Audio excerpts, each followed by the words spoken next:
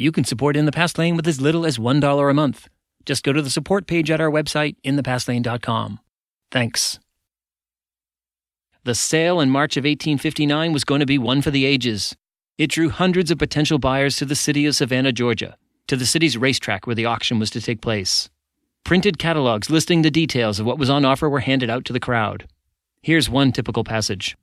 Lot number 255, Sally Walker, age 44, born 1815, cotton hand, $1,236. Lot 256, Noble, age 22, born 1837, cotton, prime man, $1,236. Lot 257, Sophie, age 20, born 1839, cotton, prime woman, $1,236. Lot 258, Malsey, age 17, born 1842, cotton, prime woman, $1,236. Lot 259, Cheney, age 13, born 1846, cotton, prime girl, $1,236. Lot number 260, James, age 9, born 1850, $1,236.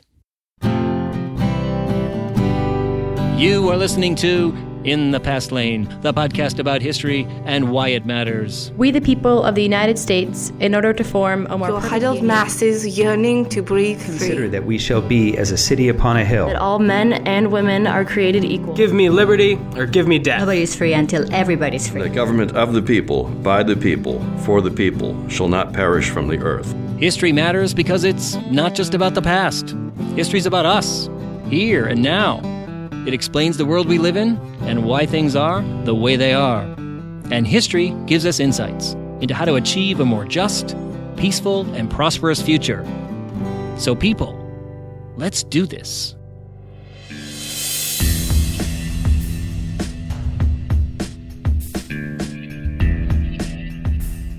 Greetings, everyone. Welcome to In the Past Lane, the podcast about American history and why it matters. I'm host Edward T. O'Donnell, your historian at large, and this is In the Past Lane, episode 59, in which we explore the story of the largest slave auction in American history, when some 436 enslaved people were sold at auction in 1859. We are coming to you this week from the Fanny Kemble Studios, located in central Massachusetts. You can learn more about me, this podcast, and our guests at our website, inthepastlane.com, and on Facebook, Twitter, Instagram, and YouTube. Hopping along the bunny trail is our ever-cheery executive producer, Lulu Spencer. Hey, Lulu, when you think of Easter, what comes to mind? The zombie apocalypse. Well, not exactly jelly beans and marshmallow peeps. Anyway, what's going on In the Past Lane these days? Well, the semester is zipping by. As I speak, we are on Easter break, which always comes at just the right moment. This term, my students are doing all kinds of amazing projects. So that means I'm nearly losing my mind in all the details and management that this requires. It's all good, of course. One group is doing oral history projects for my Irish American history class, one of my favorite assignments. Another set of students in my Teddy Roosevelt's America class is making podcast episodes. Now that's a surprise. Now these are all freshmen, and none of them have made a podcast episode before, so they're learning how to choose a topic, research it, write it, and then record it. Plus add some music, sound effects, and other features. I'm pretty sure I'm going to end up playing a few of these pieces on a future episode or two of In the Past Lane. And third, another all-freshman class I've been working with all year long, they're making a documentary film about a local organization that takes in and cares for LGBT asylum seekers. These are people from countries where it's illegal and essentially deadly to be gay. Places like Jamaica, Uganda, Cameroon, and Chechnya. These people have incredible stories to tell. And the work this organization does for these people is amazing. And all of that is what my students are trying to capture in this documentary. And did I mention that none of us has ever made a documentary film before? I'll keep you posted. In other news, we have a bunch of new supporters of this podcast. Some through Patreon, others through PayPal, and one person via personal check. So thank you, Graham, Richard, Julie, Vernon. Thanks so much for your support. It really makes a difference. And I hope all you listeners will consider supporting the podcast in whatever way you can. Just go to the support page at inthepastlane.com. And keep in mind, these funds go directly to paying for things that make this podcast possible, like the podcast hosting service, the website hosting service, and eventually some editing help. Thanks again to all of you who have stepped up to support the podcast. I really appreciate it. And one last thing before we get to our main feature. We finally launched the Pit Stop. Huzzah!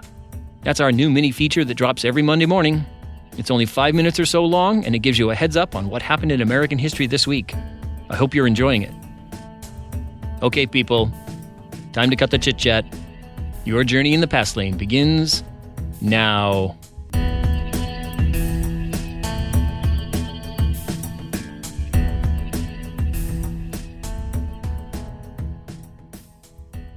Slavery. Without a doubt, it's one of the most important topics in American history. And yet, it's also a topic about which many people know very little, or they have twisted and distorted visions of what slavery was really like. And the problem here is not just that some people don't know their history, just like some people can't remember how to do trigonometry. The problem here, as we note quite often on this podcast, is that knowledge of the past is essential for understanding our present and our future. So if we don't understand our history of slavery, race, racism, exploitation, and the subsequent chapters after the Civil War of Reconstruction, Jim Crow, lynching, segregation, and structural racism, then we are ill-equipped to deal with questions regarding race, justice, and equality in our present. Now, don't get me wrong, there's been a lot of progress in this area in recent decades. Historians have done incredible work exploring the history of slavery and expanding our knowledge of it. And a good deal of that knowledge has made its way into U.S. history textbooks and documentaries and museum exhibits. And yet, whenever I do a public presentation on history and I ask, what was the main cause of the Civil War, slavery or states' rights, at least 2/3 of the people in the room say states' rights. And this drives historians crazy. We've spent decades writing and teaching on how slavery was the primary cause of the Civil War, and yet the myth of states' rights persists. Think about it. It's the equivalent of being a doctor, giving a public presentation about maintaining good health, who asks his audience, what's the proper thing to do when you feel flu-like symptoms coming on? And someone from the crowd shouts, administer leeches, or bleed the patient, and the audience nods in agreement. Or imagine a meteorologist asking an audience, who can tell me what causes hurricanes? And someone shouts, sin, and everybody cheers. Anyway, don't get me started, people. We can connect this problem regarding the warped way we understand slavery to the recent controversies about Confederate monuments and whether they should be removed from public areas and placed in storage or in museums. One way to think about this issue is not to focus so much on the volume of Confederate monuments, but to face the fact that in many cases they are the only public monuments related to the era of the Civil War. They are the only things we can see that tell us about this pivotal time in American history. And that, of course, reflects a choice made by past generations to honor the Confederacy and all that it stood for, essentially slavery and white supremacy. But it also reflects a choice to not commemorate other aspects of the story of the mid-19th century. There are precious few monuments to abolitionists, or to African-American soldiers who fought for the Union and helped achieve victory, or to Americans, white and black, who in the years after the Civil War fought for democracy, voting rights, civil rights, and equal justice in the post-Confederate South. And until recently, there have been few historic sites, markers, or monuments about slavery. Here and there, one could find a plaque commemorating a slave insurrection, or a station along the Underground Railroad, or the birthplace of an important person related to the story of slavery and emancipation. And there are some statues to Frederick Douglass and Sojourner Truth. But what about history sites that focus on the actual workings of slavery?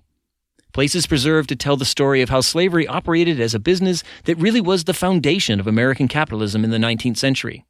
I'm thinking here about a particular kind of historic site. The urban slave markets where human beings were bought and sold as property. Places with holding pens and auction blocks. Places where men, women, and children were sold like livestock.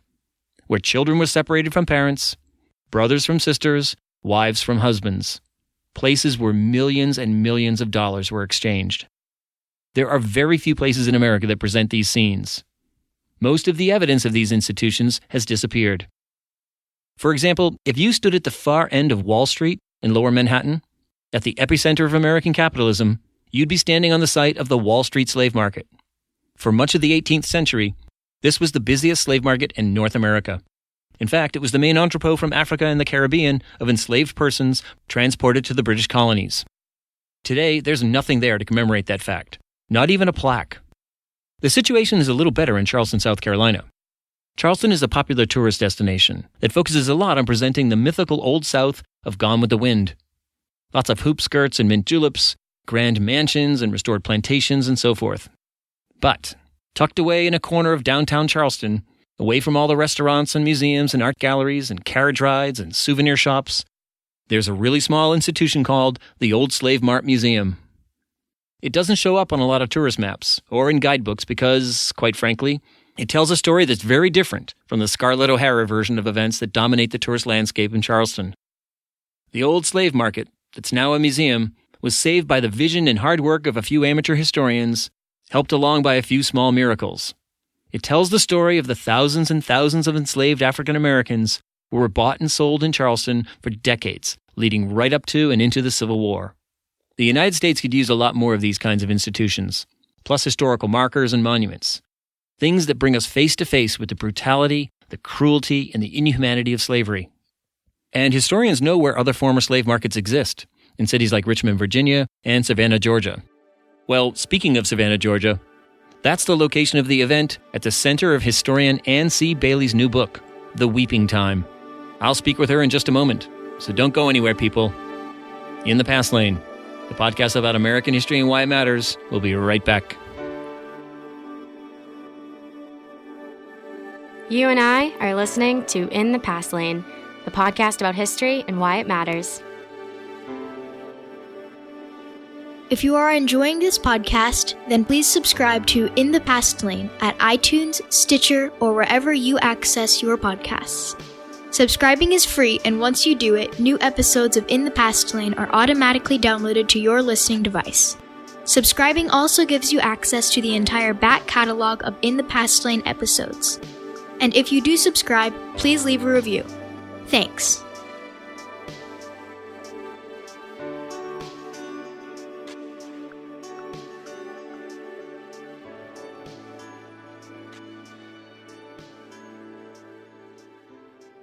Okay, we are back at In the Past Lane. I'm Edward T. O'Donnell, historian at large, and with me now is historian Anne C. Bailey. She is Associate Professor of African American History, African Diaspora Studies, and African History at the State University of New York at Binghamton. And she's the author of a new book, The Weeping Time, Memory and the Largest Slave Auction in American History, published by Cambridge University Press. Anne Bailey, welcome to In the Past Lane. Thank you for having me. I look forward to our conversation. Likewise. Well, I'd like to start off by asking you about how you came to this topic. This is a really interesting and really extraordinary story that I think very few people have ever heard of before, but it's a pretty astonishing event when you think more than 400 enslaved people sold at a single auction. How did you come to this topic and choose ultimately to write a book about it?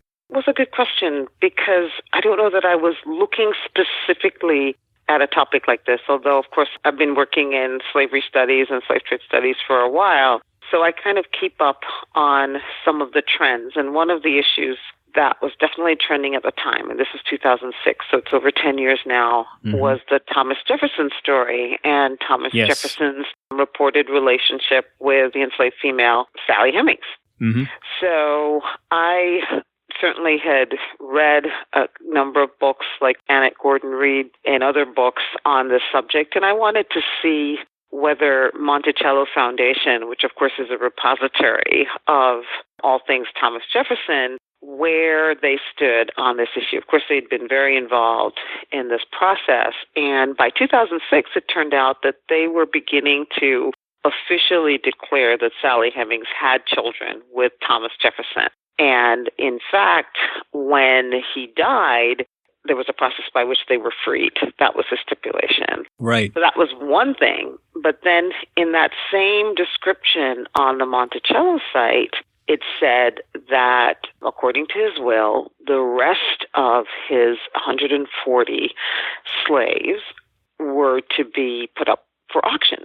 Right. And I suddenly lost all interest in Thomas Jefferson and Sally Hemings and fixated on that word auction. Right. And thought there was a story there and realized the extent to which this was probably quite a familiar event in that slaves could be either willed through an auction or they could be given as wedding gifts. They could be, all kinds of transactions could happen with enslaved people.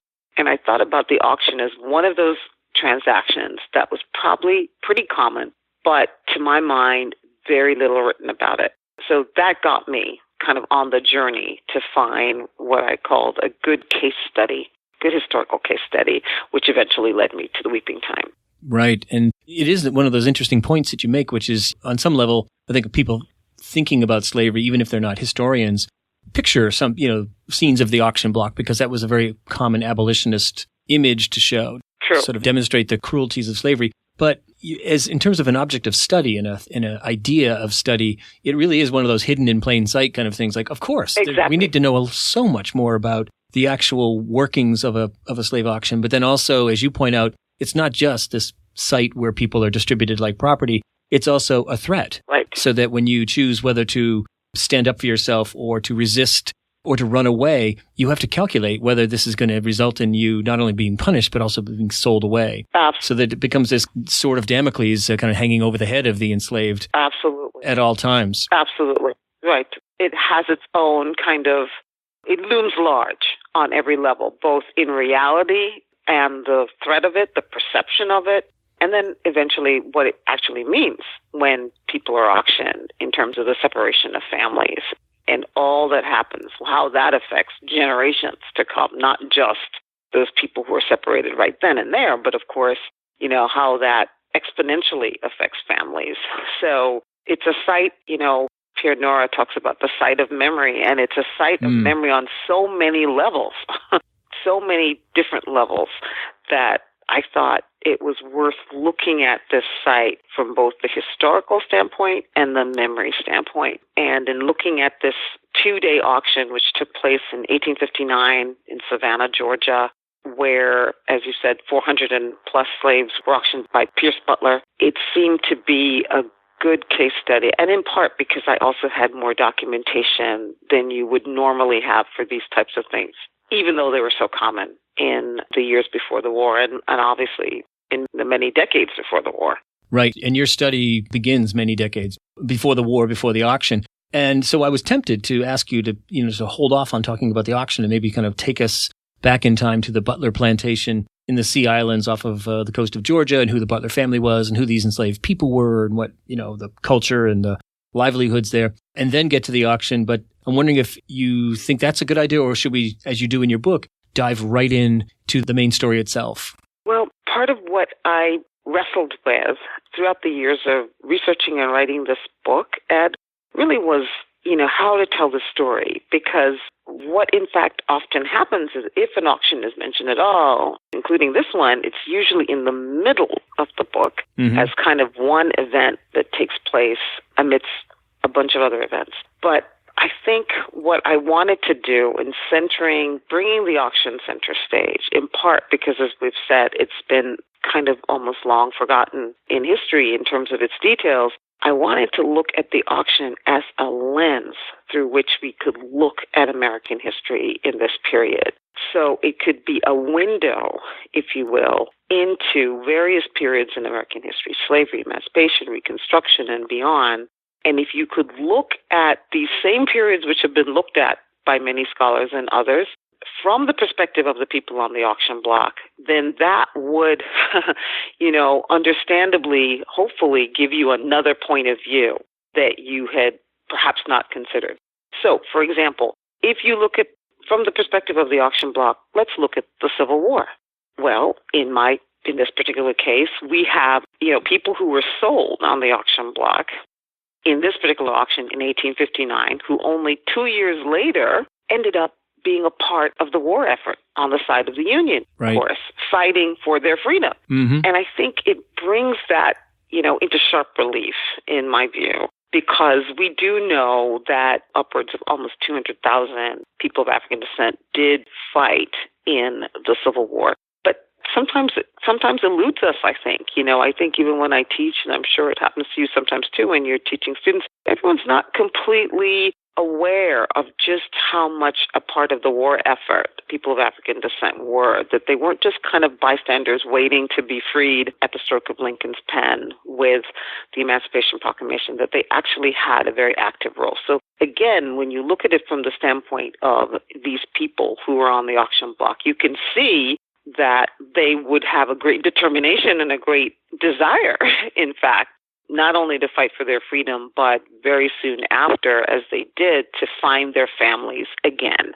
So Reconstruction then becomes not just about political Reconstruction, and Reconstruction then becomes about reconnecting families and the reconstruction of those very families that were separated on the auction block.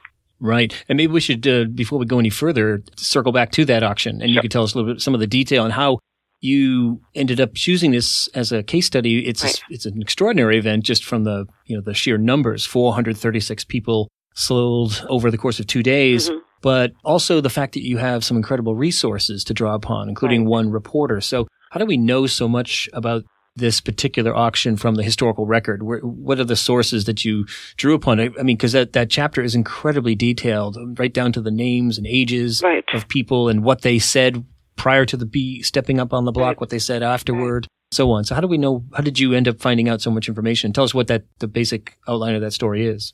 We were fortunate because there was newspaperman Mortimer Thompson, who in 1859, he wrote for the New York Tribune. And as happened sometimes with a fairly liberal paper, they would send people to the South to report on what was going on there. And in this case, he was sent undercover to witness this auction taking place in Savannah at the racetrack. And he posed as a buyer. Being a white man, he blended in and, posed as a buyer and took copious notes. So we even get the dialogue as best as he could recreate the dialogue that was taking place between enslaved persons, between and amongst different buyers, with the auctioneer. We really get a lot of rich information from that report, which was quite extensive. That was a real treasure trove.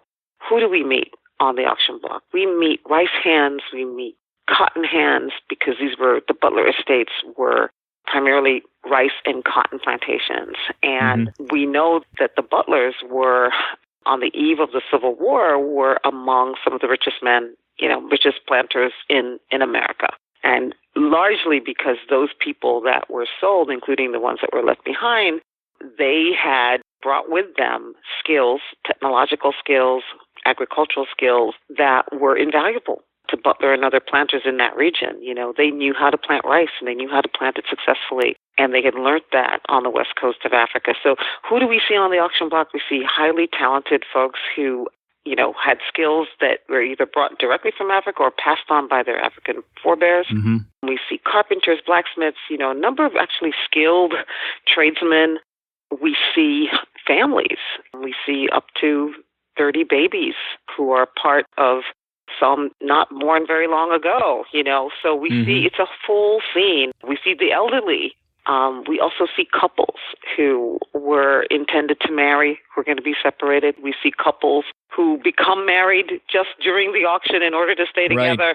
We see there are all these different scenarios that are taking place and negotiations that are taking place because of the fact that this is such a momentous event. And the enslaved are trying just as much as anybody else to see what's the best bargaining points do they have, what chips do they have to play even at this late date.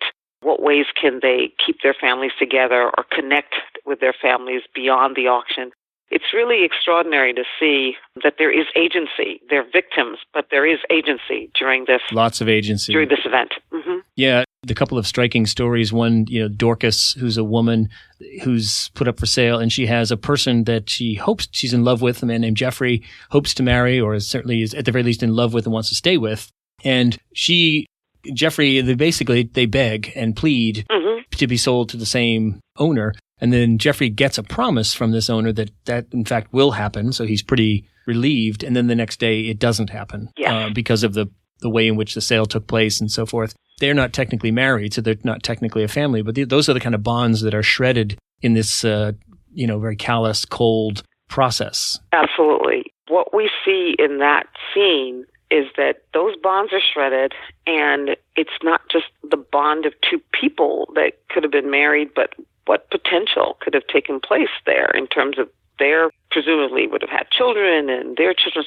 It's like you see that it affects generations, the potential there that is, just completely cut off because of this event. Because, in fact, profit is given precedence over people. And I hope that that's one of the things that people see when they see that auction event. And one of the reasons why I wanted to start with it, so that you see that really what's happened in this, what slavery means so many different things, but clearly it's a situation where money and profit and business, that has primacy over humanity and human relations.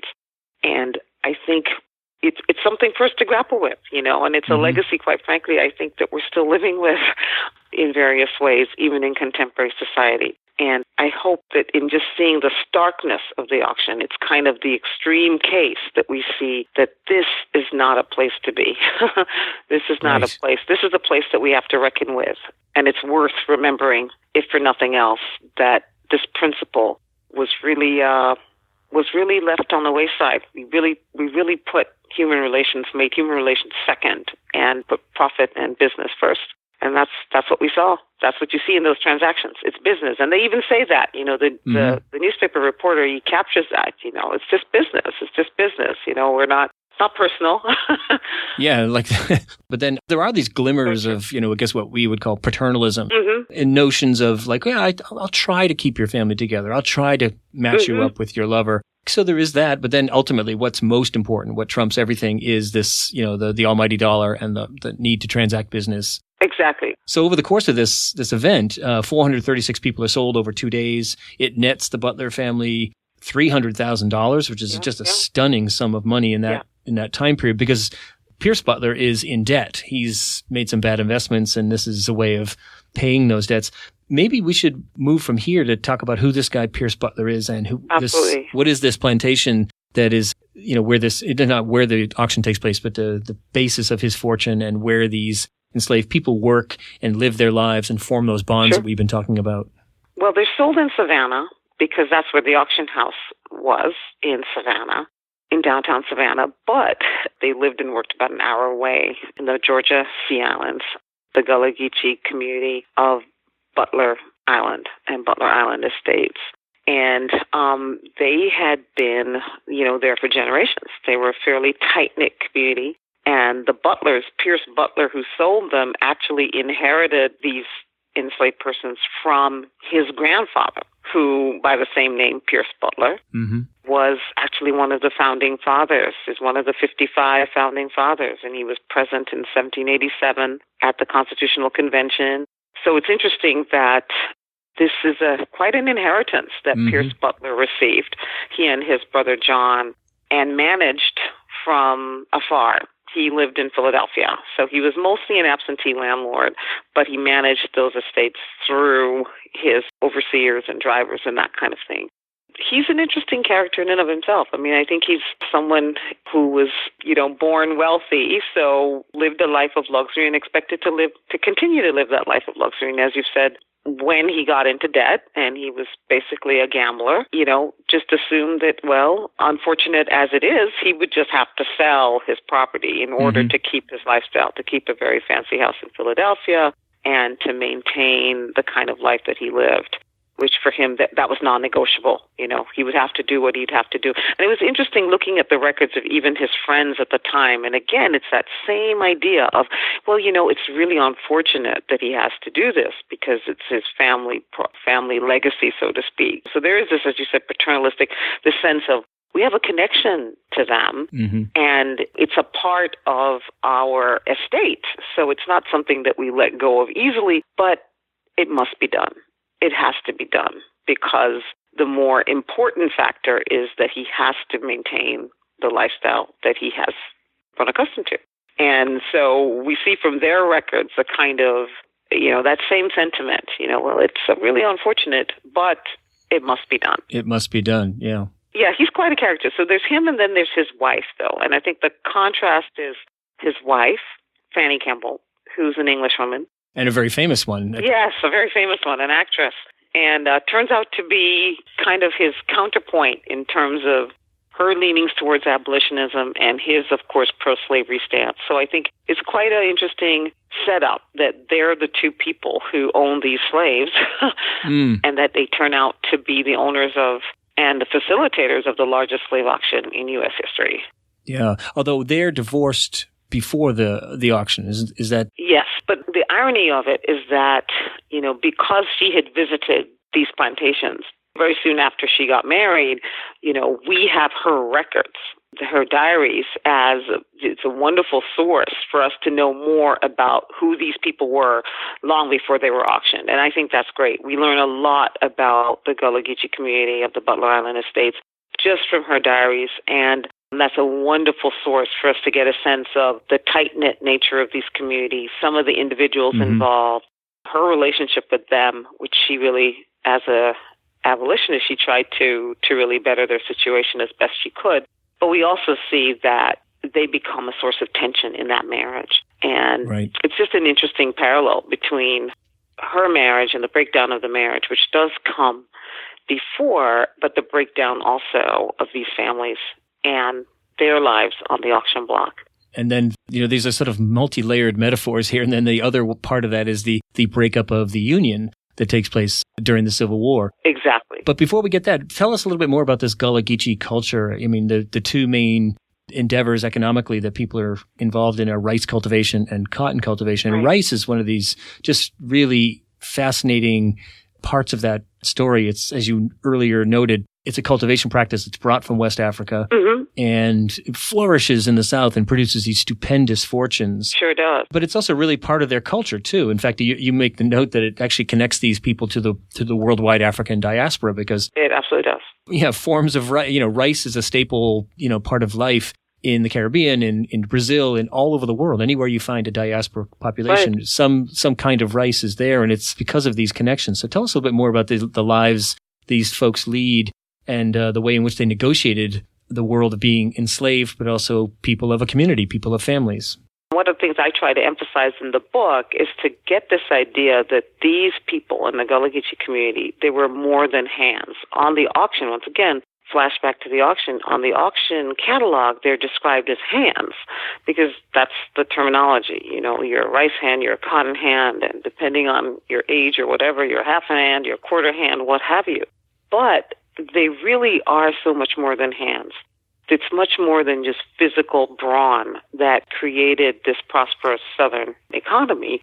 Really what it was the technology and the know-how of how to plant rice in this marshy, swampy, not to mention malaria-filled area. Absolutely. There were also battling those elements as well, Ed, which is really kind of fascinating that you could do all of that and still make it successful. And one of the interesting things I found in the research was that far from these planters just choosing anybody of African descent to be their slaves, they started really self-selecting. Over time, they started looking for people from what we call the rice coast of West Africa, which is a hundreds of miles stretch of land where people had been planting rice for hundreds of years and knew how to plant rice. And so they knew, for example, that people that came from, say, modern-day Sierra Leone, they had this expertise. And so they were starting to look for particular ethnic groups.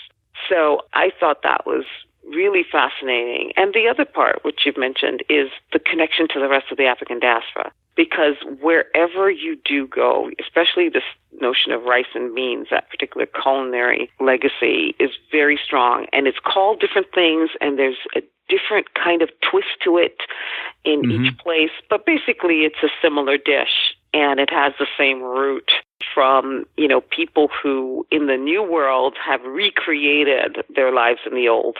And I find that fascinating. And I think even people from these various areas, I can tell you just anecdotally, they're not aware of sometimes. In some cases, they're not aware. Oh, and then they see it and they say, but that's what we have, in Guyana, or that's what we have in Jamaica. We call it something totally different. So if you call it Hop and John, the rice and beans dish in the South, somebody in Jamaica would say, what's Hop and John? But yet they've got rice and peas, and that's the same kind of dish.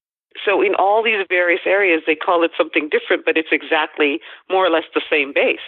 Right. I was made very aware of this. I work for an immigrant asylum organization that has many people from the African diaspora, and we have a regular dinner, and there was a sort of a fun kind of icebreaker thing where a man from Jamaica stood up and asked the question, do you wash your rice before you boil it or not? And I thought, what kind of question is that? And this triggered a good-natured but intense debate from people from Cameroon, from Uganda, Jamaica, American-born, people of African descent. Yes. And some people saying, what are you talking about? Other people saying, absolutely, you can't cook it any other way. If you don't rinse your rice before you boil it, it doesn't taste right. And it was just, it was fascinating. Absolutely. There's even a number of rinses that you're supposed to have as well. Yeah. And people will swear that it actually, depending on who you're talking to. that it's not a hygiene or a cleanliness thing. It is that, but it's also a flavor thing, that they really think that this pre-wash does something to the rice. So anyway, a very interesting thing. Absolutely. Yeah. So these are vibrant communities that are ultimately going to be kind of splintered by this auction, and then subsequently the Civil War itself. And you've already noted that African Americans who were held as slaves in this region go to fight on behalf of the Union Army. They also serve as spies and do many things. Once the planters take off, they also start their own communities of farming. They transform some of these plantations into their own kind of small-scale farms, and they explicitly refuse to grow cotton in many cases and instead grow the things that they want, kind of exerting, again, agency and autonomy. And then the war comes to an end. Slavery is abolished, and the period of Reconstruction begins, and it's a period of restoring the Union, but also for these people, and this is a really key theme in your book, is the reconstruction of families. Right. People hit the road, they take out ads, these really heart-rending classified ads in newspapers asking for information, very sparse information about a woman named Mary, about 30, sold to such and such a person, may also go by the name of something. And, it's just, you realize how devastating this kind of theme is within this institution of slavery. This theme of separation is so very much there. And then eventually you get to the present day, which is another fascinating chapter where you've contacted descendants of these people who were involved in this 1859 auction, and which is really amazing to think about that. And through interviews and oral history and piecing together using modern techniques like genealogy and other things, you've been able to kind of connect this story from 1859 to the present day. Yeah. So tell us about that aspect of your research and how that kind of brings together this idea of history and memory and how powerful these things are. Well, I think, again, the theme of reconnecting families and thinking about Reconstruction as more than just a political event and a time for African American citizenship, which was very, very important, of course. It's the first time African Americans are declared citizens. It's also the first time they're able to vote and all of this thing. So this is extremely important. But at the same time, we have, again, thinking about history in a multi-layered way, absolute concentration on families. Families first is really what was the preoccupation of so many African Americans during this period. What they were looking to do was to reconnect with those people that they were separated from on the auction block. This was an absolute preoccupation. So if anyone thought that they were just going to, move into this new political life and, forget about the past, that was not the case at all. And that's where you see those ads, particularly in African American churches, but everywhere, anywhere, really, and people setting out on foot. And some of the stories that I've been moved the most by, and in fact, that was another thing that encouraged me to write this book, is a book by Herbert Gutman, Black Families in Freedom, Slavery and in Freedom. And I remember him, it was really just a paragraph, writing about families who had, were separated on the auction block, and they would cut a piece of hair, say from a daughter or a sister or something, or they would take a swath of clothing, just a little piece, and they would guard that, and they would hold on to that. For however long they were separated, they would use that as kind of a memento to say, I'm going to find you. I'm going to find you. Whatever it takes, I'm going to find you the first opportunity I get. And I think that's what Reconstruction meant to many of these families, is reconnecting and using that memory as a push or motivation, if you will, to really find one another. So I think that, to me, is a real blessing of the story, is that it comes full circle. In other words, it starts with weeping because the event is called the Weeping Time. The auction event is called the Weeping Time, but it doesn't really end that way. What it ends with is the hope of these families in finding one another, and a number of them do. And what I try to do in tracking that is see how many of them I can find in the historical record through the 20th century up to the 21st.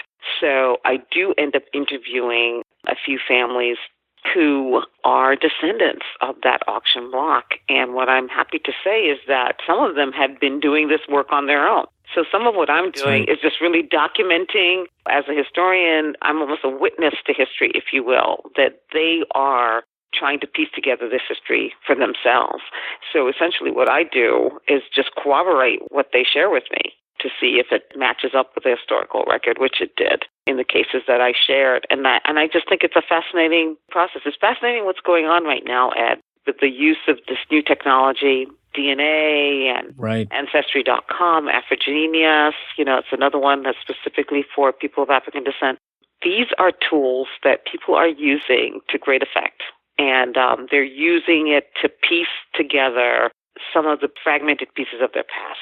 And the extent to which they're doing that, I wanted to document that as, something worthy of doing and something that is really proving to be, I want to say, a source of strength for these families in the present. Yeah, I get that sense very strongly from the latter part of your book. And even, again, sort of latter-day examples of agency. Your book's talking about it throughout. That's one of the themes, that people sort of taking action on their own behalf. Exactly. And these people digging into their past and even, interestingly, recovering family names, realizing that, their last name may be Butler, and they clearly didn't, that name was, imposed on them during slavery, that they could find out maybe what their real name was, or something that would be approximate to their real name, or a name that would come from the region that they most likely came from in Africa. So those are very interesting, like you say, I think you use a phrase, filling historical breaches, sort of piecing together these fragments of history and personal stories. Well, one thing I always ask people towards the end of my interview is and you've already begun that process, but I think sort of maybe even widening the lens a little bit here,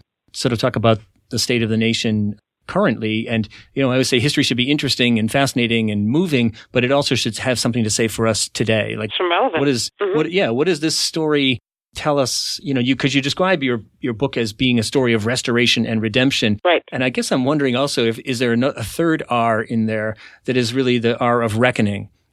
Reckoning on a larger national level with just what, in fact, slavery was, and how it actually operated, its cruelties, its impact, and its lasting impact on up to the present day. Is that something that informed the way you approach the story and how you see it as being something significant today in 2018?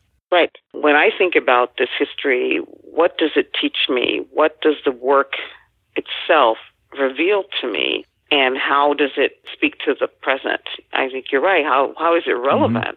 And I think one of the key ways in which it's relevant is that I think it's clear from some of the things that we see in the contemporary times, and I don't just mean in the last year, but in contemporary days in general, is that we have not really fully reckoned with the legacy of the Civil War and why we fought the war, and what conclusions we were supposed to come to at the end of that war. I often like to think as a historian, not just in, I like to think in 500-year blocks. And I think to myself, 500 years from now, can Americans really see right now that one of the points of pride that they should have is not just the great technological advances of the computer and going up to space and this and that and all those things, which of course are amazing, but quite frankly, 500 years from now will seem outdated. But can they see that the Emancipation Proclamation and then the legacy of advancement of civil rights thereafter was such an important corrective in human history of a crime against humanity? Can they be able to see that that is something to be proud of? All nations commit crimes against humanity on some level, to different levels and different degrees. But can they see that when you make that correction that was made in the Civil War and the Emancipation Proclamation, and you start to advance towards things like the Civil Rights Act in 1964 and beyond, that this should be a point of pride? This should be something that all Americans can say, we don't know whether it was done anywhere else, but it was done here. And that's a great legacy to have. And sadly, I don't think everybody feels that way. Right. And that's the history and memory piece. I don't think everybody looks back and sees it in those terms, sees the legacy of the Civil War as correcting a wrong, that should never have been and should never be again. And that's why I think we sometimes begin to wonder, as in contemporary days, are we trying to go backwards to that? Are we really, instead of trying to make more progress, are we in fact going back and romanticizing the days of slavery, about which there's nothing to romanticize at all? So that's my take in terms of what's happening on the contemporary lens, because I do think, again, and I want to be very clear, beyond what is happening in this last year with a new president and new policies and so forth, we've had the growth of mass incarceration for many decades. It's not just this year, Ed. No, that's true. You know, and mass incarceration, the disproportionate imprisonment of people who are black and brown, the over-policing, all of that, as well established in the book New Jim Crow and others, that is a kind of, it's another caste system. It really is. And it's people, even when they get out of there, can't vote, can barely find jobs, et cetera, et cetera. So again, there's a reckoning that we haven't fully, I don't know how to put it, it's like beyond liberal, beyond conservative, beyond right, beyond left, beyond Democrat and Republican. As a nation, I wonder if we're really done with that history. Does that make sense? If that's really, we can really close the book on it and move towards greater progress as opposed to moving backwards. My hope is that a book like this causes us to do more of that reckoning, causing us to do more of that thinking and action too, towards progress.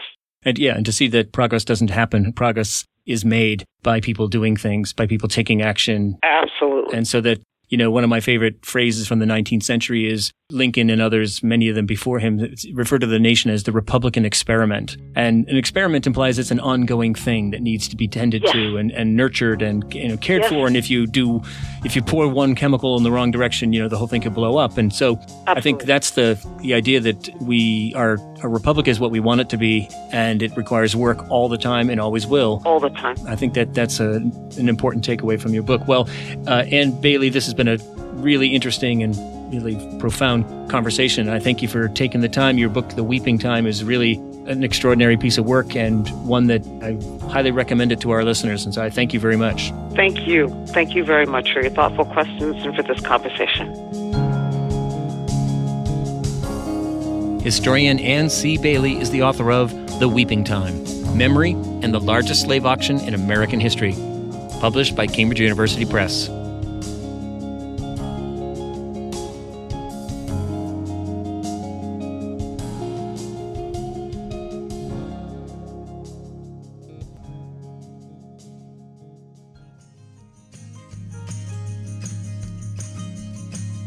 All right, everyone, time to close out this episode of In the Past Lane.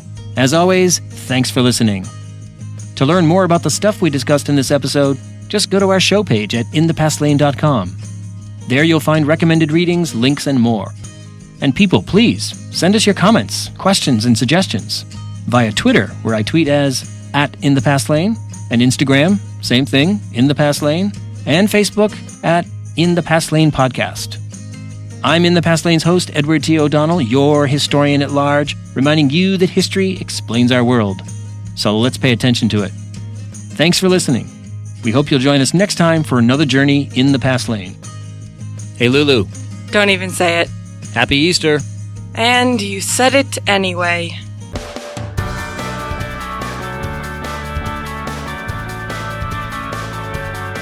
SBI, Snoring Beagle International.